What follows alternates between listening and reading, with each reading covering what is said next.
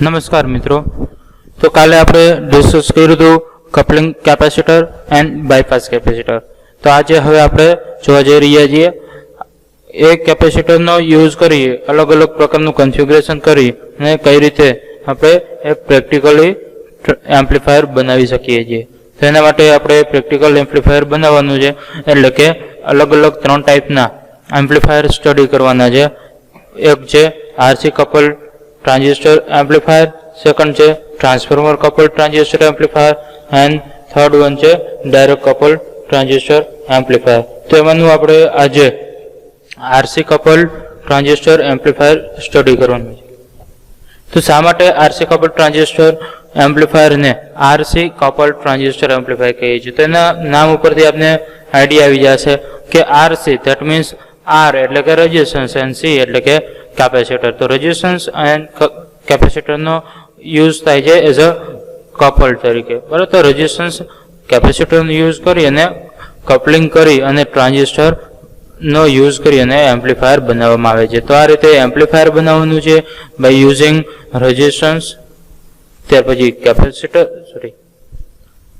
Resistance, capacitor and transistor. તો આ રીતે મેઇનલી આપણે 3 કમ્પોનન્ટનો યુઝ કરી અને એમ્પ્લીફાયર બનાવવાનું છે. તો જોઈએ આગળ કે થોડું રીડિંગ કરીએ પછી સર્કિટ પણ જોશું. તો ફર્સ્ટ વન કે 2 stage RC coupled amplifier using NPN transistor in CE configuration is shown in below figure. તો આપણે જોઈ શકીએ છીએ કે NPN transistor 2 Q1 and Q2 બે ટ્રાન્ઝિસ્ટર લીધેલા છે. CE કોમન ઇમિટર કન્ફિગ્યુરેશનમાં ઇમિટર અહીંયા કોમન કરેલા છે, બંનેમાં કોમન ઇમિટર કન્ફિગ્યુરેશન યુઝ કરેલા છે. NPN ટાઈપના બે ટ્રાન્ઝિસ્ટર NPN ટાઈપના ટ્રાન્ઝિસ્ટર આપણે લીધેલા છે. તો આ રીતે ફિગર આપણે સર્કિટ જોઈ શકીએ છીએ. The 2 transistors used are identical and used as a common supply VCC. તો અહીંયા જે બંને ટ્રાન્ઝિસ્ટર યુઝ કરેલા છે Q1 and Q2, તો બંને transistor Q1 and Q2 identical છે. ધેટ મીન્સ ના બધા જ પેરામીટર એક સરખા છે. આપણે ક્યારેય કોઈ પણ બે ટ્રાન્ઝિસ્ટર આઈડેન્ટિકલ હોતા નથી, પણ આપણે એવું ધારીએ છીએ અથવા તો એવા ટ્રાન્ઝિસ્ટર સિલેક્ટ કરીએ છીએ કે જે ઓલમોસ્ટ આઈડેન્ટિકલ હોય, મતલબ કે ઓલમોસ્ટ સરખા હશે. થોડા ઘણા એના પેરામીટર ચેન્જ હોય તો એ આપણે અવોઇડ કરીએ છીએ. તો એ પણ આપણે ધ્યાનમાં રાખીશું. તો બે ટ્રાન્ઝિસ્ટર Q1 અને Q2 આઈડેન્ટિકલ ટ્રાન્ઝિસ્ટર લીધેલા છે અને common supply VCC common supply બંનેને એપ્લાય કરેલો છે. તો અહીંયા તમે જોઈ શકો છો કે VCC સપ્લાય આપેલો છે. ઓકે, આગળ જોઈએ. તો resistor R1 R2 and RE forms the biasing and stabilization network. તો અહીંયા આપણે જોઈ શકીએ છીએ R1 છે, R1 ઇન્ડિકેટ કરેલું છે, R2 છે, એ જ રીતે સેકન્ડ સ્ટેજ માટે R1 છે, R2 છે, એન્ડ ફર્સ્ટ સ્ટેજ માટે RE એન્ડ સેકન્ડ સ્ટેજ માટે RE છે. તો આ જે રેઝિસ્ટર ઇન્ડિકેટ કરાવેલા છે, ટોટલ રેઝિસ્ટન્સ કાઉન્ટ કરીએ તો 6 રેઝિસ્ટન્સ થશે. તો આ 6 રેઝિસ્ટન્સ છે એ રેઝિસ્ટન્સનું કામ છે બાયસિંગ એન્ડ સ્ટેબિલાઇઝેશન નેટવર્ક પૂરું પાડવાનું. In the arrangement, the signal developed across the collector resistance RC of the first stage is coupled to the base of the second stage through the coupling capacitor CC. બરાબર. તો જે signal first સ્ટેજમાંથી signal develop થાય છે, જ્યારે input signal અહીંયાથી આપણે VS છે, બરાબર, ઇનપુટ સિગ્નલ એપ્લાય કરેલું છે, એ જ્યારે ઇનપુટમાં જશે ત્યારે એ ફર્સ્ટ ટ્રાન્ઝિસ્ટર Q1 એ સિગ્નલ ઉપર પ્રોસેસ કરશે અને એ બહાર કાઢશે. તો એ બહાર નીકળતું સિગ્નલ ક્યાંથી હશે? તો કેના અક્રોસમાં ડેવલપ થાય છે?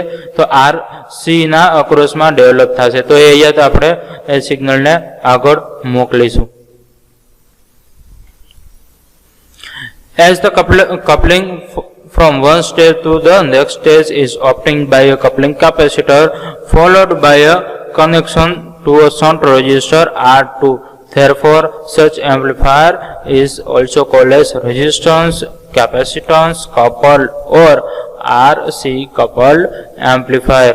તો અહીંયા તો આપણે જે યુઝ કરીએ છીએ, તો જે આઉટપુટ સિગ્નલ છે એ સિગ્નલ R2 માંથી સીસી કપલિંગ કેપેસિટરમાંથી પાસ થઈ અને રેઝિસ્ટન્સ R2 ને ફોલો કરતું આગળ જશે. એટલા માટે આપણે અહીંયા નામ આપેલું છે રેઝિસ્ટન્સ કેપેસિટન્સ કપલ્ડ ઓર આરસી કપલ્ડ એમ્પ્લીફાયર. તો આપણે ટોપિકનું નામ પહેલા જ ડિસ્કસ કરી લીધું. તો આ રીતે આપણે આરસી કપલ્ડ એમ્પ્લીફાયર કહીએ છીએ.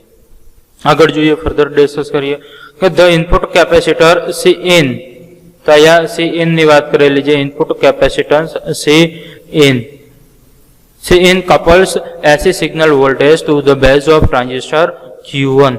તો જે ઇનપુટ સિગ્નલ આવે છે, જે ઇનપુટ સિગ્નલ VS માંથી આવે છે એ ટ્રાન્ઝિસ્ટર Q1 એટલે કે પહેલા ટ્રાન્ઝિસ્ટરમાં કપલિંગ કરશે. એટલે કે ઇનપુટ સિગ્નલને Q1 સાથે એટલે કે પહેલા ટ્રાન્ઝિસ્ટર સાથે જોડવાનું કામ કરે છે Cin.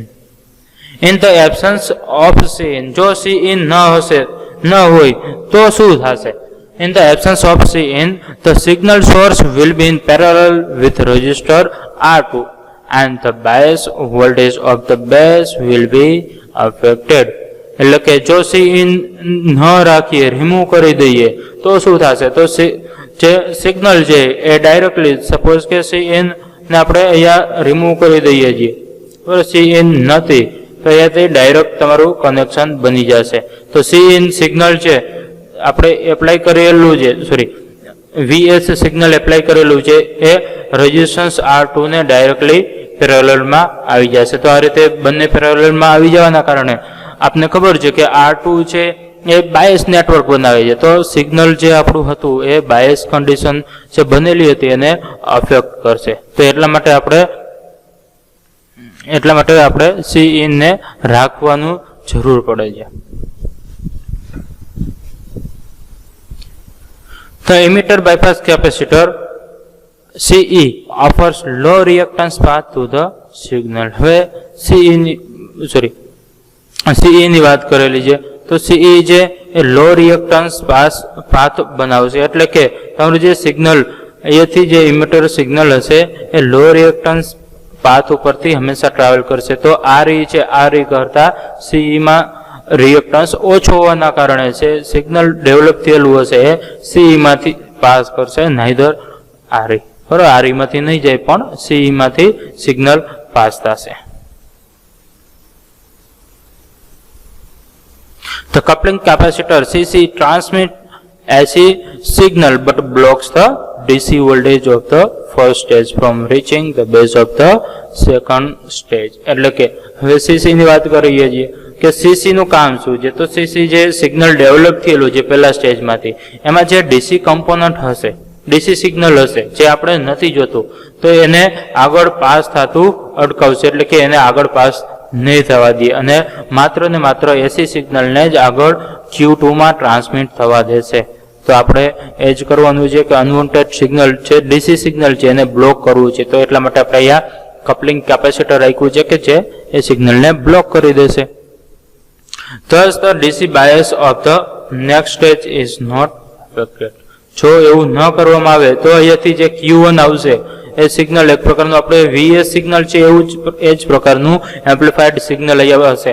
તો એ સિગ્નલ જો CC ન રાખવામાં આવે તો એ R2 ને પેરેલલમાં અગેન થઈ જશે અને એ પેરેલલ હોવાના કારણે નેક્સ્ટ સ્ટેજને બાયસિંગ કન્ડિશનમાં અફેક્ટ કરશે. બરાબર, તો એવું બાયસિંગ કન્ડિશન જો ખરાબ થઈ જશે, મતલબ કે પ્રોપર નહીં હોય તો આપણું આઉટપુટ Q2 માંથી આઉટપુટ જે આવે છે એ પ્રોપર નહીં આવી શકે. તો એ બાયસિંગ કન્ડિશન પ્રોપર બની શકે અને જે ઇનપુટ સિગ્નલ છે એનું પ્રોપરલી એમ્પ્લિફિકેશન થઈ શકે Q2 મારફતે. એટલા માટે આપણે અહીંયા CC કપલિંગ કેપેસિટર રાખેલું છે કે જે માત્ર ને માત્ર એસી સિગ્નલને આપશે and DC isolation condition provide કરશે. તો આપણે પહેલા જ CC નો યુઝ જોઈ ગયા છીએ. બરાબર, બે પર્પઝ જોયા હતા કે એક તો ડીસી સિગ્નલને બ્લોક કરવાનું અને સ્ટેજ 2 ને સ્ટેજ 1 થી આઇસોલેટ કરવાનું, એટલે કે અલગ કરવાનું. તો એ સીસી નું મેઇન કામ છે, તો એ એનું પ્રોપર કામ કરશે. For this reason coupling capacitor is also cold as the blocking capacitor. તો એ ડીસી સિગ્નલને બ્લોક કરે છે એટલા માટે એને બ્લોકિંગ કેપેસિટર પણ આપણે કહીએ છીએ. ઓકે, હવે આગળ આપણે જોઈએ કે સર્કિટ ઓપરેશન જોઈએ કે સર્કિટ કઈ રીતે વર્ક કરે છે. When a AC signal is applied to the base of first amplifier, it appears in the amplified form across the collector load RC. એટલે કે જ્યારે આપણે એસી સિગ્નલ આગળ સર્કિટ પણ સાથે રેફરન્સમાં રાખવાની કે જેથી આપણે ખબર પડશે કે જ્યારે આપણે એસી સિગ્નલ અહીંયાથી એપ્લાય કરીએ છીએ તો એ સી ઇનમાંથી પાસ થઈ અને Q2 માં આવશે. ત્યાર પછી એ Q2 ટ્રાન્ઝિસ્ટર છે એ ટ્રાન્ઝિસ્ટર એ સિગ્નલને એમ્પ્લિફાઈડ કરશે અને એ એમ્પ્લિફાઈડ સિગ્નલ અહીંયા કલેક્ટર સુધી પહોંચશે તો ટ્રાન્ઝિસ્ટરના કલેક્ટર સુધી પહોંચશે. The amplified signal developed across RC is transmitted to the base of the next stage of the amplified throughout coupling capacitor CC. તો જે અહીંયા ફર્સ્ટ સ્ટેજમાંથી અહીંયા Q1 ના કલેક્ટરમાંથી જે સિગ્નલ આવેલું છે એ સિગ્નલ હવે ફર્ધર આગળ વધે છે એ બેઝ એટલે કે Q2 ના બેઝ સુધી પહોંચશે અને એ બેઝ સુધી પહોંચવામાં વચ્ચે શું આવે છે કપલિંગ કેપેસિટર. તો કપલિંગ કેપેસિટરથી એ સિગ્નલ બેઝ સુધી પહોંચે છે. This is further amplified by the next stage and so on. ત્યાર પછી એ જ રીતે એ સિગ્નલ આગળ વધશે ફરીથી Q2 ના કલેક્ટરમાં જે સિગ્નલ આવે છે સપોઝ કે Q3 જે Q4 છે મતલબ કે મલ્ટિપલ સ્ટેજ છે તો જે મલ્ટિપલ સ્ટેજ હશે જેટલા સ્ટેજ હશે એ રીતે CC માંથી અગેન જો ધારો કે એ Q3 છે બરોબર Q3 હશે તો Q3 માં અગેન એ સિગ્નલ આગળ વધશે અને એ Q3 ના બેઝ સુધી કનેક્ટ થશે. તો આ રીતે જેટલા પણ ટ્રાન્ઝિસ્ટર હશે તો એ બધા ટ્રાન્ઝિસ્ટરમાં આ રીતે કેસ્કેડિંગ સિસ્ટમથી આગળ વધશે. આગળ જોઈએ. Thus the cascade stage amplified the signal and the overall gain is considerably increased. એટલે કે કેસ્કેડિંગ સ્ટેજ છે મતલબ કે 1 by 1 જે ટ્રાન્ઝિસ્ટર આપણે કનેક્ટ કરાવી છે એને મલ્ટિપલ ટ્રાન્ઝિસ્ટર છે તો એ કેસ્કેડિંગ એરેન્જમેન્ટ આપણે એને કહીએ છીએ. તો એ કેસ્કેડિંગ એરેન્જમેન્ટના કારણે વધારે સ્ટેજ હોવાથી ઓવરઓલ જે ગેઇન છે એ કન્સિડરેબલી ઇન્ક્રીઝ થશે. તો ફાઇનલ જે આપણે ગેઇન મળે છે એ બહુ જ સારો ઇન્ક્રીઝ થયેલો મળશે. The phase of output is same as the input. હવે ફેઝની વાત કરીએ છીએ જ્યારે પણ સિગ્નલની વાત આવે ત્યારે એનો ફેઝની વાત કરવી પણ ઇમ્પોર્ટન્ટ છે. તો આઉટપુટ સ્ટેજમાં જે ફેઝ મળે છે એ ફેઝ કેવો મળે છે તો સેમ એઝ ધ ઇનપુટ. બરાબર ઇનપુટમાં જેવો ફેઝ હશે એવો જ ફેઝ આઉટપુટમાં પણ મળે છે. એનું રીઝન શું છે because the phase is reverse twice. બરાબર જે ફેઝ છે એ બે વાર રિવર્સ થાય છે બરાબર જ્યારે પણ by the transistor as they are in CE configuration કે જ્યારે પણ આપણે CE કન્ફિગ્યુરેશનમાં ટ્રાન્ઝિસ્ટરને જોડીએ છીએ ત્યારે આપણને ખબર છે કે જે સિગ્નલ હશે સિગ્નલનો ફેઝ ઇન્વર્ટ થઈ જાય છે 180 ડિગ્રીએ. તો એકવાર CE કનેક્શનમાં ટ્રાન્ઝિસ્ટરને જોડીએ છીએ ત્યારે 180 ડિગ્રી ફેઝ ઇન્વર્ટ થાય છે પણ અગેન જ્યારે આપણે અહીંયા બે ટ્રાન્ઝિસ્ટર જોડાયેલા છે તો ફરીથી બીજા ટ્રાન્ઝિસ્ટરમાંથી જ્યારે સિગ્નલ પાસ થશે ત્યારે ફરીથી સિગ્નલ 180 ડિગ્રી ફેઝ રિવર્સ થઈ જાય છે. એટલા માટે આપણે કહી શકીએ કે જે ટ્રાન્ઝિસ્ટર છે જે ફેઝ છે ફેઝ 2 ટાઈમ્સ ઇન્વર્સ થવાના કારણે ફરીથી જેવું ઇનપુટ સિગ્નલમાં ફેઝ હશે એવું જ ફેઝ બની જશે. ત્યારે તે ફેઝ ડિફરન્સ જે મળવો જોઈએ પણ આપને નહીં મળે એનું કારણ ફેઝ ડિફરન્સ મળતો તો પણ એને આપણે બે વાર ઇન્વર્ટ કરાવી અને પહેલા જેવો જ એટલે કે ઇનપુટ જેવું સિગ્નલ હશે એવો જ ફેઝ આપણે કરાવીએ છીએ. નવ આગળ વાત કરીએ. It may be mentioned here that overall gain is less than the product of the gain of individual stages. બરાબર તો આપણે પહેલા પણ વાત કરી દીધેલી કે ઓવરઓલ જે ગેઇન મળે છે એ પર્ટિક્યુલર એક ટ્રાન્ઝિસ્ટરનું જે ઇન્ડિવિડ્યુઅલ ગેઇન હશે અને એનો ટોટલ સમ કરો એનાથી હંમેશા ઓછો જ હશે બરાબર એ ઓલવેઝ લેસ ધેન હશે. ધીસ ઇઝ હવે અહીંયા આપણા કેસ માટે કેવું થાય છે એનું કારણ ઇન્ડિકેટ કરેલું છે કે this is because when second stage is made to follow the first stage એટલે કે જ્યારે સેકન્ડ સ્ટેજ ફર્સ્ટ સ્ટેજને ફોલો કરે છે ત્યારની વાત કરી છે the effective load resistance of the first stage is reduce. First સ્ટેજનું જે લોડ આવે છે ઇફેક્ટિવ લોડ છે એ રિડ્યુસ થાય છે because of the shunting effect of the input resistance of the second stage એટલે કે સેકન્ડ સ્ટેજનો જે શન્ટિંગ રેઝિસ્ટન્સ છે તો એ અહીંયા ઇન્ડિકેટ કરેલો છે R2 થી શન્ટિંગ રેઝિસ્ટન્સ આપણે ઇન્ડિકેટ કરેલો છે. તો એ જે શન્ટિંગ રેઝિસ્ટન્સ છે એની વાત કરેલી છે. તો એ શન્ટિંગ રેઝિસ્ટન્સના કારણે એ રિડ્યુસ થઈ જાય છે, ઓવરઓલ લોડ રેઝિસ્ટન્સ રિડ્યુસ થઈ જાય છે. તો this reduce the gain of the stage which is loaded by the next stage. તો એ નેક્સ્ટ સ્ટેજમાં જે ગેઇન આવે છે એ ગેઇન રિડ્યુસ થઈ જાય છે. તો એટલા માટે જ્યારે એકથી વધારે સ્ટેજ કનેક્ટ કરાવવામાં આવે ત્યારે જે ફાઇનલ ઓવરઓલ ગેઇન બને છે એ ઇન્ડિવિડ્યુઅલ ગેઇન કરતાં હંમેશા ઓછો હશે. તો એ આપણે પહેલાં જ વાત કરી દીધેલી હતી. તો અહીંયા આરસી કપલ ટ્રાન્ઝિસ્ટર એમ્પ્લીફાયર માટે પણ એ લાગુ પડે છે. તો એના માટેનું એક એક્ઝામ્પલ સરસ જોઈએ કે for example in 4 stage amplifier. હવે આપણે એક્ઝામ્પલ લઈએ છીએ, એક્ઝામ્પલ 4 સ્ટેજ લીધેલા છે. 4 સ્ટેજ એમ્પ્લીફાયર માટે 4 stage amplifier the gain of first 3 stage will be reduced due to the load effect of the subsequent stages. મતલબ કે 4 સ્ટેજ છે એમાંથી પહેલા 3 સ્ટેજ છે એ 3 સ્ટેજમાં જે ગેઇન બને છે એ ઓવરઓલ પહેલા 3 સ્ટેજનો જે ગેઇન બને છે એ એની આગળના સ્ટેજ સબસેકન્ડ સ્ટેજના ઇફેક્ટના કારણે, એટલે કે પહેલું સ્ટેજ છે તો એના માટે એના ઉપર બીજું, ત્રીજું અને ચોથું સ્ટેજ, બીજું છે તો એના ઉપર ત્રીજું અને ચોથું સ્ટેજ, એ જ રીતે ત્રીજું સ્ટેજ છે તો એના ઉપર ચોથા સ્ટેજની ઇફેક્ટ થશે અને ચોથા સ્ટેજની લોડ ઇફેક્ટ થશે. તો એના કારણે એ સ્ટેજનો જે ગેઇન મળવો જોઈએ એ ગેઇન નહીં મળે અને એ રિડ્યુસ થઈ જાય છે. તો એ જે રિડ્યુસ થાય છે તો એ એટલા માટે ઓવરઓલ ગેઇન રિડ્યુસ થાય છે. But however the gain of the final or last stage, that means 4th stage, which has no load effect of subsequent stage, that's why remains unaffected. તો એટલા માટે ચોથું સ્ટેજ છે, ચોથા સ્ટેજની વાત કરી છે કે ચોથા સ્ટેજ પછી કોઈ સ્ટેજ નથી, એટલા માટે ચોથા સ્ટેજ ઉપર કોઈ પણ ઇફેક્ટ થશે નહીં. તો ચોથા સ્ટેજની જેટલો ગેઇન મળતો હશે એ આપને પૂરેપૂરો મળશે, એટલે કે ચોથો સ્ટેજ અનઅફેક્ટેડ રહેશે, મતલબ કે એના ઉપર કોઈ પણ પ્રકારની ગેઇનની ઇફેક્ટ થશે નહીં. Thus the overall gain shall be less. Overall gain shall be less the product of gain of 4 stages. એટલે કે 4 સ્ટેજનો જ્યારે ભેગું કરવામાં આવે અને ઓવરઓલ ગેઇન કરશો બરાબર, તો એ ઓવરઓલ ગેઇન હશે એ ઇન્ડિવિડ્યુઅલ સ્ટેજના ગેઇન અને ભેગો કરશો તો એનાથી હંમેશા ઓવરઓલ ગેઇન ઓછો મળશે. તો આ રીતે આપણે સર્કિટ ઓપરેશન સમજાવી શકીએ છીએ. ઓકે, now આગળ જોઈએ કે ફ્રીક્વન્સી રિસ્પોન્સ કર્વ.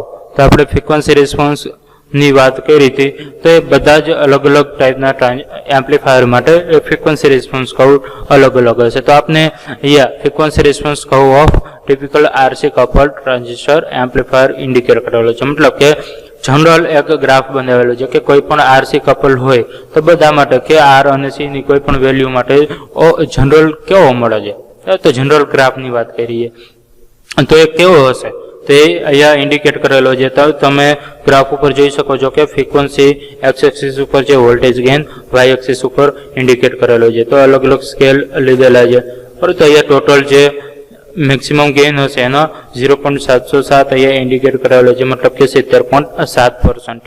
તો એ જે ફ્રીક્વન્સી રિસ્પોન્સ ગ્રાફ મળે છે એ ગ્રાફ અહીંયા ઇન્ડિકેટ કરેલો છે કે કેવો શેપ મળે છે. તો એ શેપ પણ આપણે જોઈ શકીએ છીએ. ત્યાર પછી એનો બેન્ડવિડ્થ ઇન્ડિકેટ કરાવેલી છે કે બેન્ડવિડ્થ બરાબર તો એ કેટલી છે. તો એ F1 lower cut off frequency and upper cut off frequency F1 અને F2 ઇન્ડિકેટ કરેલા છે. તો એ કેવી રીતે મળે છે, તો મેક્સિમમ ગેઇન સપોઝ કે 1 મળે છે તો એના 70.7% એટલે કે 0.707 તો ઇન્ડિકેટ કરાવેલા છે. અહીંયા 2 પોઈન્ટ ઇન્ડિકેટ કરાવેલા છે. તો એ 2 પોઈન્ટથી જ્યારે નીચે લાઈન આપણે ડ્રો કરીએ છીએ તો આપણે F1 અને F2 મળે છે અને એના ઉપરથી આપણે બેન્ડવિડ્થ મળશે કે difference between F1 and F2. તો અહીંયા આપણે જે જોવાનું છે મેઇન 3 વાત કરવાની છે, lower frequency region, mid frequency region and higher frequency region. તો આ 3 મેઇન પાર્ટની આપણે વાત કરવાની છે. તો એમાં આપણે સ્ટાર્ટ કરીએ ફર્સ્ટ મિડ ફ્રીક્વન્સી રિજિયન. તો mid frequency region. So in mid frequency range 50 Hz to 20 kilohertz. બરોબર, તો મિડ ફ્રીક્વન્સી રેન્જની વેલ્યુ કેટલી છે? તો એ પણ ઇમ્પોર્ટન્ટ છે એક્ઝામ પર્પઝ માટે. તો 50 હર્ટ્ઝથી સ્ટાર્ટ કરી અને 20 કિલો હર્ટ્ઝ સુધીની છે. એટલે કે આપણે જોવા જઈએ તો ઓડિયો ફ્રીક્વન્સીની રેન્જ છે એની નજીકની રેન્જ કહી શકીએ કે 20 કિલો હર્ટ્ઝથી 20 હર્ટ્ઝથી 20 કિલો હર્ટ્ઝની રેન્જ છે. બરાબર, તો એની નજીકની કહી શકીએ કે 50 હર્ટ્ઝથી 20 કિલો હર્ટ્ઝ. તો એના માટે આપણે જોઈએ ફ્રીક્વન્સી રિસ્પોન્સ કેવો મળે છે. ફ્રીક્વન્સી રેન્જ તો અહીંયા ઇન્ડિકેટ કરેલી છે કે F1 અને F2 ની વચ્ચેનો જે ભાગ છે એને આપણે કહીએ છીએ મિડ ફ્રીક્વન્સી રેન્જ. તો એ મિડ ફ્રીક્વન્સી રેન્જની વાત કરી છે. તો the voltage gain of the amplifier is constant as shown in as is obvious from the analysis. એટલે કે આપણે અહીંયા જોવો તો ગ્રાફ ઉપર જ્યારે આપણે ગ્રાફ બનાવીએ છીએ ગ્રાફ પેપર ઉપર ત્યારે આપણે જોઈ શકીએ છીએ કે વચ્ચેની જે રેન્જ છે એ ઓલમોસ્ટ કોન્સ્ટન્ટ મળે છે. તો વચ્ચે તો તમે જોઈ શકો છો કે ટોટલ ફ્લેટ મળે છે. બરાબર, તો એ કોન્સ્ટન્ટ મળે છે. With the increase in the frequency in the range, the reactance of the coupling capacitor is reduced, thereby increase the gain. But the same time, lower capacitive reactance cause higher loading, resulting in lower voltage gain.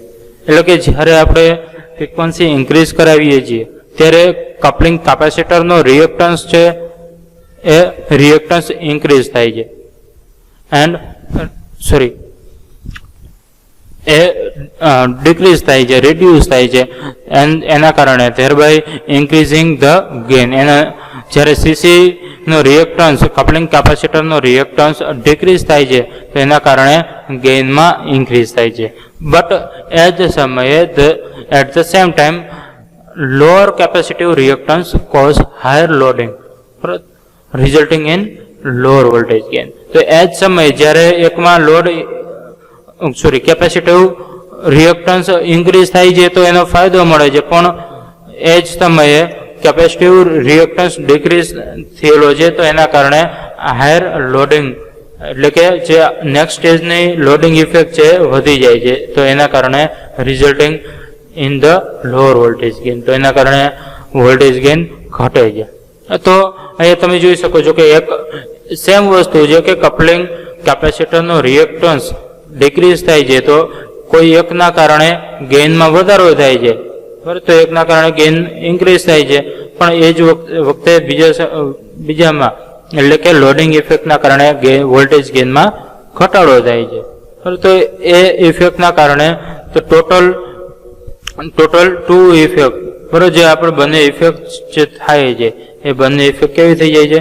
Cancel out થઈ જશે. એટલે કે two effect cancel each other and uniform gain is obtained. તો એના કારણે uniform gain મળશે at the mid frequency range. તો વચ્ચેની જે ફ્રીક્વન્સી રેન્જ છે તે વચ્ચેની ફ્રીક્વન્સી રેન્જમાં આપણે યુનિફોર્મ ગેઇન જોવા મળશે. તો આ રીતે મિડ ફ્રીક્વન્સી રેન્જ આપણે સમજાવી શકીએ છીએ. શા માટે કોન્સ્ટન્ટ મળે છે? બરાબર, તો તમે અહીંયા જોઈ શકો છો કે કોન્સ્ટન્ટ મળે છે, બરાબર. એમાં વેલ્યુમાં ગેઇનમાં વધારો પણ ન થતો અને ઘટાડો પણ ન થતો. તો એની વાત કરી કે એકના કારણે એક ગેઇન છે, વોલ્ટેજ ગેઇન છે ઇન્ક્રીઝ થાય છે, પણ એ જ સમયે બીજામાં એટલે કે લોડિંગ ઇફેક્ટના કારણે ગેઇનમાં ઘટાડો થાય છે. તો એ ઇફેક્ટના કારણે એકમાં વધે છે અને એકમાં ઘટાડો આવે છે. તો એના કારણે જે આપણે ફાઇનલ મિડ ફ્રીક્વન્સી રેન્જમાં ગેઇન મળે છે યુનિફોર્મ મળે છે, એક સરખો મળે છે. ઓકે, આગળ જોઈએ. At lower frequency below 50 Hz. તો અહીંયા લોઅર ફ્રીક્વન્સી રેન્જ ઇન્ડિકેટ કરેલી છે, મતલબ કે F1 થી 0 બાજુ જાશો, બરાબર, ફ્રીક્વન્સી લોઅર કરો છો એ રેન્જની વાત કરેલી છે કે બિલો 50 Hz higher capacitive reactance of coupling capacitor allow very small part of the signal to pass from one stage to the next stage, and also because of high reactance of the emitter bypass capacitor CE, the emitter resistance RA is not effectively shunted. બરાબર, તો અહીંયા બે વસ્તુ એકી સાથે થાય છે કે લોઅર ફ્રીક્વન્સી બાજુ જ્યારે તમે જાઓ છો ત્યારે કેપેસિટિવ રિએક્ટન્સ છે, બરાબર. કેપેસિટિવ રિએક્ટન્સ આપણે જોઈએ કે કેપેસિટિવ રિએક્ટન્સ અહીંયા સીસી છે, બરાબર. તો આ સીસી ને જે કેપેસિટિવ રિએક્ટન્સ છે મતલબ કે એનો પોતાનો ઇન્ટરનલ રિએક્ટન્સ છે ઇન્ટરનલ રિએક્ટન્સ એની ઇફેક્ટ જોવા મળે છે. તો એના કારણે વેરી સ્મોલ અમાઉન્ટમાં small part of the signal pass from one stage to the next stage. એટલે કે કેપેસિટિવ રિએક્ટન્સના કારણે જે સિગ્નલ પાસ થાય છે એક સ્ટેજમાંથી બીજા સ્ટેજમાં એ બહુ ઓછા અમાઉન્ટમાં થાય છે, એટલે કે બહુ જ નાનું સિગ્નલ પાસ થાય છે. અને બીજું પણ થાય છે કે બાયપાસ કેપેસિટર છે CE બાયપાસ કેપેસિટર. તો આપણે અહીંયા જોઈએ છીએ કે CE બાયપાસ કેપેસિટર છે એ બાયપાસ કેપેસિટર એની વાત કરેલી છે કે bypass capacitor the emitter resistance RE is not effectively shunted. તો RE CE ના કારણે RE પ્રોપરલી શન્ટેડ નથી થતો અને જે સિગ્નલ CE માંથી પાસ થવું જોઈએ એ CE ના બદલે એ RE માંથી પાસ થશે. તો RE માંથી પાસ થશે એના કારણે આપણે જે ગેઇન મળે છે thus the voltage gain is falls off at lower frequency. તો એના કારણે વોલ્ટેજ ગેઇન છે એ ડિક્રીઝ થાય છે. નાવ નેક્સ્ટ વાત કરીએ કે હાયર ફ્રીક્વન્સી રિજિયન. તો હાયર ફ્રીક્વન્સી રિજિયન એટલે કે F2 થી વધારાનું જે આગળનું પોર્શન છે હાયર ફ્રીક્વન્સીની રિજિયન છે એની વાત કરેલી છે. તો higher frequency region obvious 20 kilohertz થી આગળ હશે, પરંતુ એ આપણે જોઈએ. એટ હાયર ફ્રીક્વન્સીઝ એક્સીડિંગ 20 કિલોહર્ટ્ઝ એટલે કે 20 કિલોહર્ટ્ઝ થી વધારે ઉપર જશો એના માટેની વાત કરી છે. એક્સીડિંગ 20 kilohertz the gain of the amplifier decrease with increase in the frequency. એટલે કે જે ગેઇન છે એ ગેઇન ડિક્રીઝ થાય છે as the increase in frequency. એટલે કે ફ્રીક્વન્સીમાં વધારો કરો છો તો એની સાથે ગેઇનમાં ઘટાડો થાય છે. Several factors are responsible for this reduction in the gain. ગેઇનમાં અમુક એવા ફેક્ટર છે કે જે રિડક્શન કરે છે એટલે કે ઘટાડો કરે છે ગેઇનમાં. At higher frequencies the reactance of coupling capacitor. Higher frequencies માટે વાત કરીએ છીએ તો reactance of coupling capacitor becomes very small and CC behaves as a short circuit. તો હાયર ફ્રીક્વન્સી માટે કેવું થાય છે તો સીસી છે એક પ્રકારે શોર્ટ સર્કિટ થઈ જાય છે, મતલબ કે શોર્ટ થઈ જાય છે. સીસી રાખો કે ન રાખો એમાં કંઈ ફેર પડતો નથી, એટલા માટે એ શોર્ટ સર્કિટ થઈ ગયો એ રીતે કહી શકીએ. તો એના કારણે એની ઇફેક્ટ કેવી થાય છે this increase the loading of the next stage. તો એના કારણે જે નેક્સ્ટ સ્ટેજની લોડિંગ ઇફેક્ટ છે એ ઇન્ક્રીઝ થાય છે and reduce the voltage gain. તો એના કારણે વોલ્ટેજ ગેઇનમાં ઘટાડો થાય છે.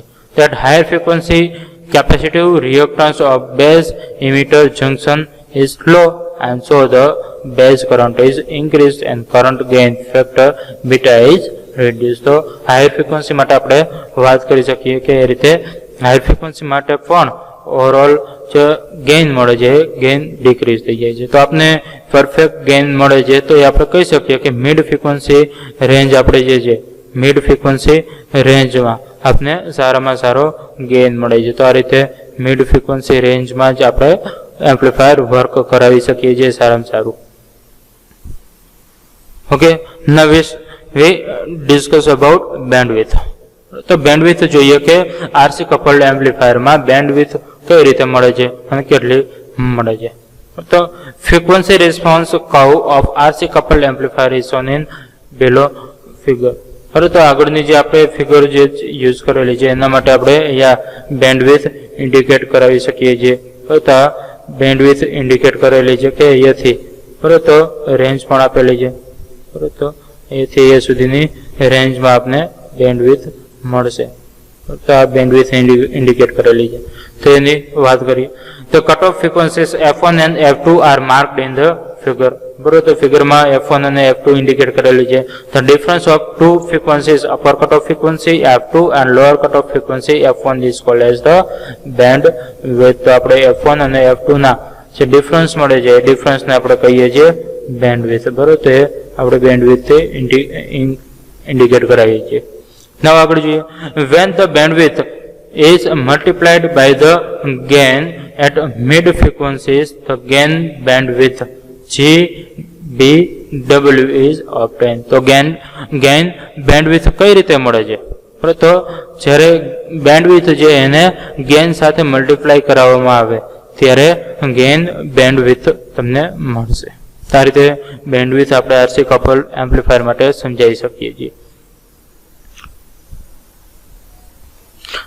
ઓકે, now આગળ જોઈએ advantages, disadvantages and application of RC couple amplifier. તો એડવાન્ટેજીસમાં વાત કરીએ, ફર્સ્ટ પોઈન્ટ છે એક્સેલન્ટ ફ્રીક્વન્સી રિસ્પોન્સ. તો constant gain over audio frequency range, most important region for speech, music et cetera.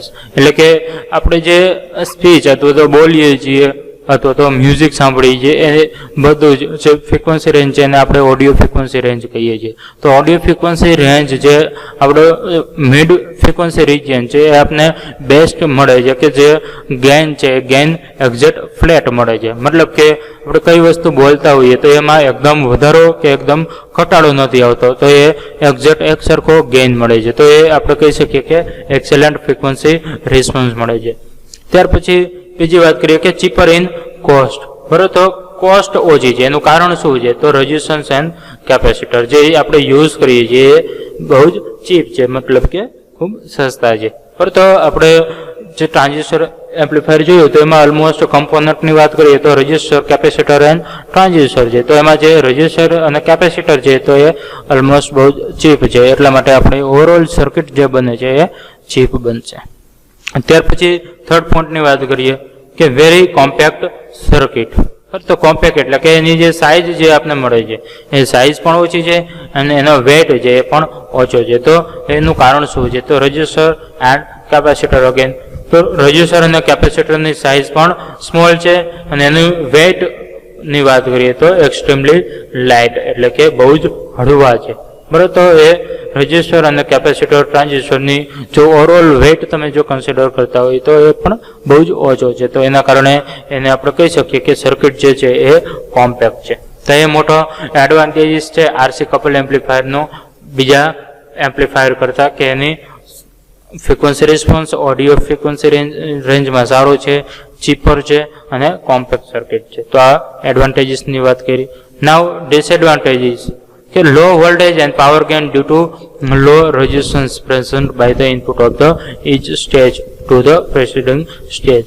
તો low voltage and power gain અને voltage gain આપને ઓછું મળે છે. તો એ પણ આપણે જોયું હતું. શેના માટે, શા કારણથી? તો due to the low resistance present by the input of the each stage. તો દરેક સ્ટેજમાં ઇનપુટમાં જે રેઝિસ્ટન્સ જે થાય છે રેઝિસ્ટન્સ તો એ ઓછો મળે છે. પ્રિસીડિંગ સ્ટેજ મતલબ કે આગળના સ્ટેજને માંથી જે રેઝિસ્ટન્સ પ્રોવાઈડ થવો જોઈએ ઓછો મળે છે. તો એના કારણે એ લો વોલ્ટેજ ગેઇન અને પાવર ગેઇન મળે છે. ત્યાર પછી સેકન્ડ પોઈન્ટ વાત કરીએ કે becoming noisy with age, particularly in the most climate. તો જ્યારે મોઇસ્ટ ક્લાઇમેટ હોય છે એટલે કે ભેજવાળું વાતાવરણ હોય છે, તો એ ભેજવાળા વાતાવરણમાં અથવા તો અમુક સમય પછી એટલે કે જેમ એજ આગળ જતી જશે, મતલબ કે અમુક વર્ષો થશે એમ એ નોઇઝી બનતું જાય છે, મતલબ કે એ એમ્પ્લીફાયર છે અવાજ વધારે કરવા મળશે. એન્ડ થર્ડ પોઈન્ટ ડિસએડવાન્ટેજીસની વાત કરીએ કે poor impedance matching due to difference in the impedance of the RC couple amplifier output and that of the speaker. અહીંયા ઇમ્પોર્ટન્ટ વાત છે કે પુઅર ઇમ્પિડન્સ મેચિંગ છે, ઇમ્પિડન્સ મેચિંગ થવું જોઈએ, કારણ કે આપણે નંબર ઓફ સ્ટેજીસ કનેક્ટ કરાવીએ છીએ, એકની પાછળ બીજું, બીજાની પાછળ ત્રીજું, તો એવા ઘણા બધા સ્ટેજ લગાવીએ છીએ. તો જો એ સ્ટેજ વચ્ચેનું કપલિંગ પ્રોપર ન થાય, જોડાણ બરોબર ન થાય, તો પણ આપને આઉટપુટમાં ઘણું બધું ડિસ્ટોર્શન મળી શકે છે. તો એ પુઅર ઇમ્પિડન્સ મેચિંગના કારણે પણ આપણો ટ્રાન્ઝિસ્ટર છે એ પ્રોપરલી વર્ક નહીં કરે. તો અહીંયા આરસી કપલ માટે એક ડિસએડવાન્ટેજ મોટો કહી શકીએ કે ઇમ્પિડન્સ મેચિંગ પ્રોપર નથી મળતો. જે આગળના ટ્રાન્ઝિસ્ટર આપણે આગળના એમ્પ્લીફાયર જોશો તો એમાં ઇમ્પિડન્સ મેચિંગને ઇમ્પોર્ટન્સ દીધું છે કે એને ઇમ્પિડન્સ મેચિંગ પ્રોપર થઈ શકે એના માટેની અરેન્જમેન્ટ કરેલી છે. નાવ આગળ જોઈએ કે એપ્લિકેશન, કે આરસી કપલ એમ્પ્લીફાયર છે કઈ જગ્યાએ યુઝ કરવામાં આવે છે, તો એના એપ્લિકેશન્સ આપણે જોઈએ. Main The RC coupled transistor amplifier is widely used as voltage amplifier. તો આપણે મોટા ભાગે RC coupled amplifier જે એનો યુઝ કરીએ છીએ વોલ્ટેજ એમ્પ્લીફાયર તરીકે, બરાબર, તો મોટા ભાગે યુઝ કરીએ છીએ વોલ્ટેજ એમ્પ્લીફાયર. તો that is in the initial stage of public address system, એટલે કે જ્યારે મોટો કંઈ પ્રવચન હોય, કોઈ ભાષણ હશે, બરાબર, તો એ પબ્લિક એડ્રેસ સિસ્ટમ આપણે એને કહીએ છીએ. તો જ્યારે કોઈ સ્પીચ આપતા હોય, એડ્રેસ કરતા હોય પબ્લિકને, ત્યારે એ ઇનિશિયલ સ્ટેજમાં રાખવામાં આવે છે. શરૂઆતના એમ્પ્લીફાયરના ઘણા બધા સ્ટેજ હોય છે, તો એના ઇનિશિયલ સ્ટેજમાં આપણે આરસી કપલ ટ્રાન્ઝિસ્ટર એમ્પ્લીફાયર રાખવામાં આવે છે. એનું કારણ શું છે? Because of their excellent audio fidelity over a wide range of frequency. એટલે કે કોઈ પણ ફ્રીક્વન્સી હશે, એટલે કે ઓડિયો ફ્રીક્વન્સી કોઈ પણ હશે, તો એમાં એક્સેલન્ટ ફ્રીક્વન્સી રિસ્પોન્સ આપે છે. તો એટલા માટે. However, because of the poor impedance matching, પરંતુ આપણે ડિસએડવાન્ટેજીસ કીધું છે કે પુઅર ઇમ્પિડન્સ મેચિંગ હોવાના કારણે this type of coupling is rarely employed in the final stage. તો પુઅર ઇમ્પિડન્સ મેચિંગ હોવાના કારણે આરસી કપલ એમ્પ્લીફાયર આપણે ફાઇનલ સ્ટેજમાં બહુ જ ઓછો યુઝ કરીએ છીએ. તો આ રીતે આપણે આરસી કપલ એમ્પ્લીફાયરના અલગ અલગ પેરામીટર જોઈએ કે ફર્સ્ટ ઓફ ઓલ સર્કિટ કનેક્શનમાં કઈ રીતે આપણે કમ્પોનન્ટ લગાવેલા છે, એની સર્કિટ કઈ રીતે બને છે, એનું જે આપણે કન્ડિશન બનાવી હતી કે biasing condition and stabilising network બનાવ્યું હતું. તો R1 R2 એન્ડ RE થી stabilisation network and biasing condition બનાવી હતી. ત્યાર પછી બે ટ્રાન્ઝિસ્ટર Q1 અને Q2 ટ્રાન્ઝિસ્ટર કનેક્ટ કરાવેલા હતા. ત્યાર પછી કપલિંગ કેપેસિટર, ત્યાર પછી CE એટલે કે ઇમિટર કેપેસિટર અથવા તો bypass capacitor and CIN input capacitor connect કરાવ્યા હતા. ત્યાર પછી સાથે સાથે વાત કરી છે કે Q1 અને Q2 આઇડેન્ટિકલ ટ્રાન્ઝિસ્ટર NPN ટાઈપના છે અને એને કોમન સપ્લાય VCC પ્રોવાઈડ કરેલો હતો. ત્યાર પછી આપણે સર્કિટ ઓપરેશનની વાત કરી કે કઈ રીતે સર્કિટ ઓપરેટ થાય છે, મતલબ કે વર્ક કરે છે. અને એમાં જ વાત કરી હતી કે ફેઝ રિવર્સલ થાય છે, પણ ફરીથી બે ટ્રાન્ઝિસ્ટર હોવાના કારણે એ ફરીથી CE કન્ફિગ્યુરેશનમાં બે ટ્રાન્ઝિસ્ટર હોવાના કારણે એ પહેલાંથી જેવી ઇનપુટમાં એનું ફેઝ હશે એવી જ ફેઝ આપને આઉટપુટમાં મળશે. ત્યાર પછી ઓવરઓલ ગેઇનની વાત કરી કે ઓવરઓલ ગેઇન જેટલો બધા સ્ટેજનો એ એના ઇન્ડિવિજ્યુઅલ સ્ટેજથી ઓવરઓલ ગેઇન ઓછો હશે. જેના પર આપણે ફ્રીક્વન્સી રિસ્પોન્સ કહું ડ્રો કર્યો, એમાં અલગ અલગ mid frequency range, lower frequency range and higher frequency રેન્જની વાત કરી and then after bandwidth discuss કર્યું. આ રીતે અલગ અલગ પેરામીટર ડિસ્કસ કર્યા and then at last advantages, અલગ અલગ ડિસએડવાન્ટેજીસ એન્ડ એપ્લિકેશન કે આરસી કપલ ટ્રાન્ઝિસ્ટર એમ્પ્લીફાયર છે એની એપ્લિકેશન ક્યાં છે. તો આ રીતે ઓવરઓલ આપણે RC couple transistor amplifier study કરી શકીએ છીએ. Okay, thank you. This circuit represents a two-stage capacitively coupled amplifier. This amplifier successfully increases the size of an AC input signal without inverting its phase or adding any DC voltage at the output. The amplifying process begins with the input of an AC signal. Upon entering the amplifier, the signal passes through an initial coupling capacitor, C1, which will strip it of any DC voltage. However, entering the circuit will add a small DC value of 1.8 volts. The signal next passes through the first transistor, Q1. This process produces a larger and inverted AC signal at the collector and also adds a DC voltage of 5 volts. Before reaching the second transistor, the signal passes through another coupling capacitor, C2, which also strips away the DC voltage.